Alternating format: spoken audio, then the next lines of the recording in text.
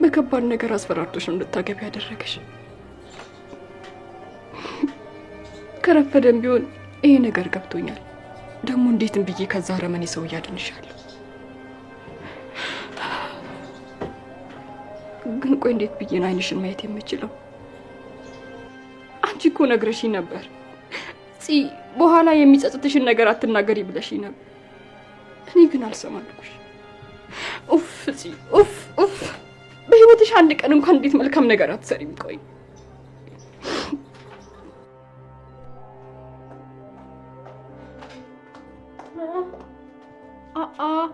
አጅሪት ጓደኛሽ ናፍቃሽ ነው እንዴ እሷ ጋር መተሻደርሽው?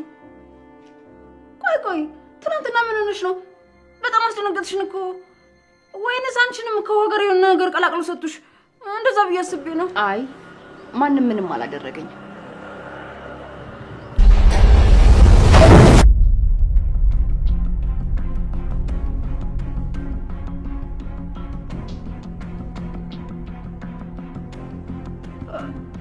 እንዴ ሲሆን ምን ሆነሻል?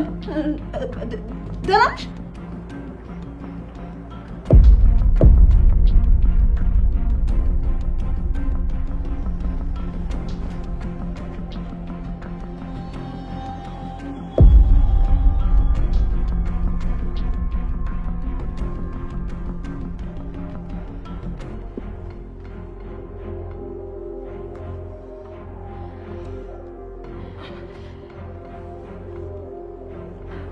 ጸጉርሽ ላይ እኮ ነፍሳት አይቼ ነው። ምን? ወይኔ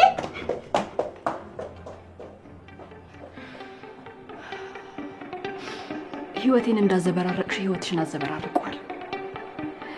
ቀን በቀን በፍራቻ እንድትኖሪኝ የማደርግሽ። ታይኛለሽ። ከዚህ ቤት በራስሽ ፍቃድ በቃኝ ብለሽ እንድትወጪ ካላደረኩሽ ጽዮን አይደለም።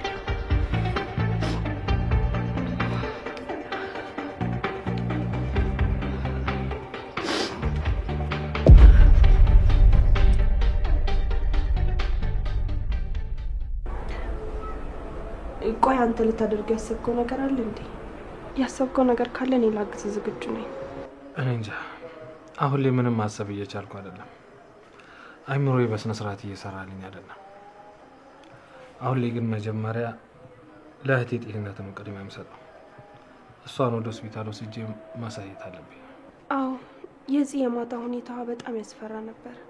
ክፍልሽ ገብተሽ ተኝ ስላት እንኳን አይኔ ኤፍራታ ክፍል ውስጥ ነው የምተኛው ብላ እዛ ነው ያደረችው። ምናልባት ያሳለፉት ጊዜ ትዝ ብሏት ይሆናል። ከታመመች በኋላ ኢፉ ከጎኗ ተለይታ አታውቅም። እየሰደበቻት እያስቀየመቻትም ቢሆን እሷ ተንከባከባ ነበር። ታውቃለህ ማታ ተንበርክከ ቀለበት ልታደርግላት ስትል ኤፍራታ አይን ውስጥ ተስፋ መቁረጥ፣ ባዶነት ነው የሚታየው። ሳስበው ግን ግምታችን አሁን ላይ ልክ አይደለም። ያ ሰውዬ በሆነ ነገር እያስፈራራት ነው ያለው። ተይ እባክሽ ቤት እንደዚህ ያልሽ ራሴን እንድሸውድ አታርጊ። እኔ ራስን እንድትሸውድ አልፈልግም፣ ግን ከዚህ ከጋብቻ ጀርባ የሆነ የተደበቀ ነገር አለ። አይታሃታል? የሰውየው አክስት ከላይ ይዛት ስትወርድ ፊቷ ላይ ሀዘን ነበር የሚታየው። ፊቷ ላይ ፈገግታ እንኳን አይታሃል? እሱ እኔ ላይ ያደረገችው ነገር እንቅልፍ ስለነሳት ነው። ቤት ስለ ኤፍራታ እየተከራከርሽ እኔን ለማሳመን አትሞክሪ። እሱ ያለቀለት ጉዳይ ነው። አሁን በቃ እጄ እህት ይለያት።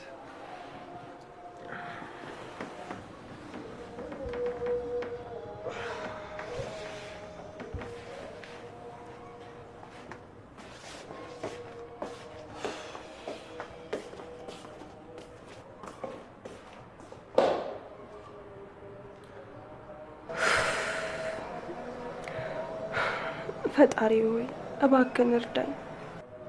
አውቃለሁ እንደ በደሌ ብዛት አንቺ ማንሽ ልትለኝ ትችላለህ። ማረኝና አግዘኝ። አንተ ማሪ አይደለክ? በድሮ ማንነቴ ሳይሆን አሁን ባለው ማንነቴ አይተህ እርዳኝ።